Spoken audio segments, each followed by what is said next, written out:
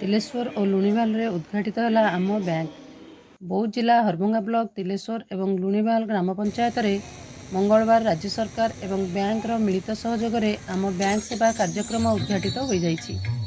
Bank नथिबा ग्राम पंचायत रे bank सेवा पहुंचाइबा लक्ष्य रे मुख्यमंत्री श्री नवीन पट्टनायक आभासी भावे प्रथम पर्याय रे 750 बैंक विहीन ग्राम पंचायत रे आम बैंक बा सीएसपी प्लस सेवा आरंभ करिसंती।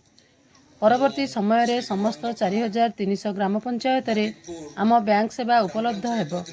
लुणीवाल ठारे बौद्ध जिलापाल नृसिंह चरण स्वाई मुख्य अतिथि भावे जोग दैथिबा बेले तिलेश्वर ठारे जिला प्रकल्प निर्देशक रविनारायण त्रिपाठी जोग दैथिले। उभय कार्य रे उपजिलापाल रवींद्रनाथ कंवर, बीडीओ स्वप्निता नायक समेत लुणीवाल सरपंच चंद्रमा प्रधान और तिलेश्वर सरपंच उपस्थित रही।